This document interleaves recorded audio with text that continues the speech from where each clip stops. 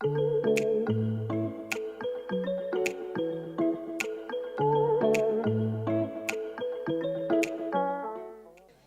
Pailloux, bonjour.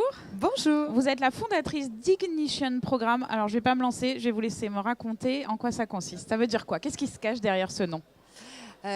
Ignition Programme, c'est beaucoup de choses. C'est toute une histoire, en fait.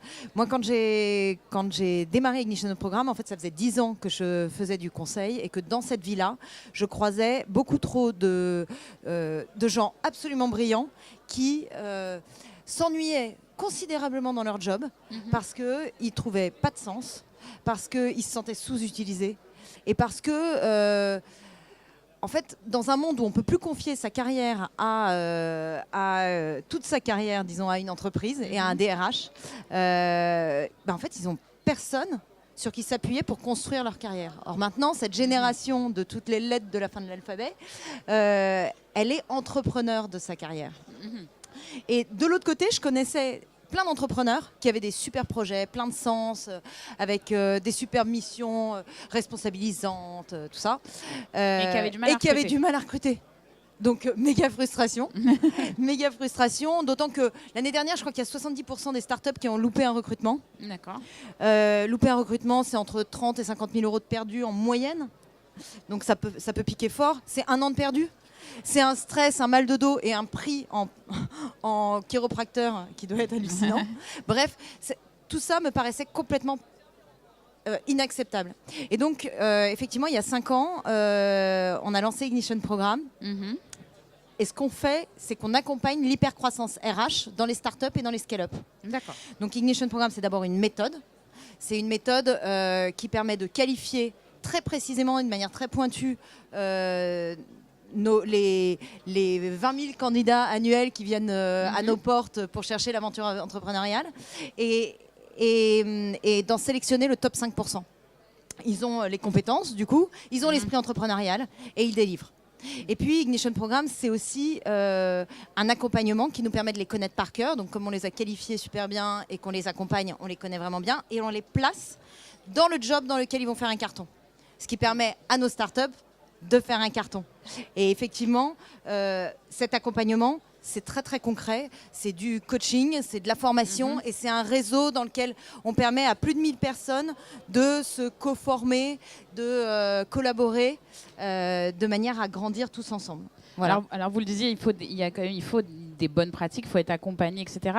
Alors là, on parle des startups qui sont en grande croissance. Ici, on a beaucoup de porteurs de projets ou de créateurs d'entreprises qui vont faire leur premier recrutement. Il faut pas, voilà. Ouais. Et donc, quel conseil vous leur donneriez? À quoi il faut s'attacher? Sur quoi il faut être vigilant?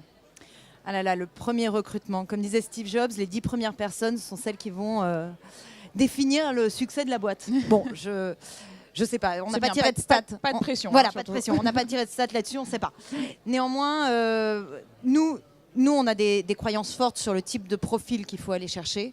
On dit génie, cambouis, énergie. Le génie, c'est la capacité à trouver des solutions simples à des problèmes compliqués. Le cambouis, c'est la capacité à mettre les mains dedans. Parce qu'en fait, à un moment donné, il faut y aller, quoi.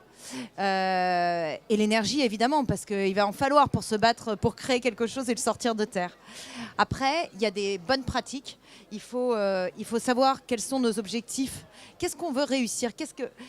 Qu'est-ce qu'on veut avoir réussi dans 6 mois qui ne peut pas éviter un recrutement? Et donc, il faut fixer cette stratégie. Il faut se dire où est l'obstacle. Il faut se poser et voilà, il faut se poser et écrire. C'est quoi la feuille de route? C'est quoi l'objectif? C'est quoi? On aura réussi avec ce recrutement, si quoi? Et comme ça, on peut essayer de se dire quand on rencontre les gens, ok, lui, il a 80% de chances de réussir cet objectif. Lui, il en a 70. Et c'est comme ça qu'on fait un tri qui est à peu près rationnel. Parce que c'est pas du vaudou, le recrutement. Allez, juste pour terminer, si vous étiez un entrepreneur célèbre, à part vous, je suis pas célèbre. Peut-être un jour. Un modèle d'entreprise qui vous inspire ou un modèle de RH qui vous inspire? Moi, j'ai beaucoup aimé le modèle de Fanny Pescioda My Little Paris. De My Little Paris, qui elle aussi met beaucoup d'énergie à ce que ces co-entrepreneurs. J'ai envie de les appeler comme ça. On n'a pas des salariés dans une jeune boîte, on a des co-entrepreneurs. À ce que ces co-entrepreneurs soient impliqués, soient rémunérés par le succès de la boîte, qu'il y ait un principe de subsidiarité.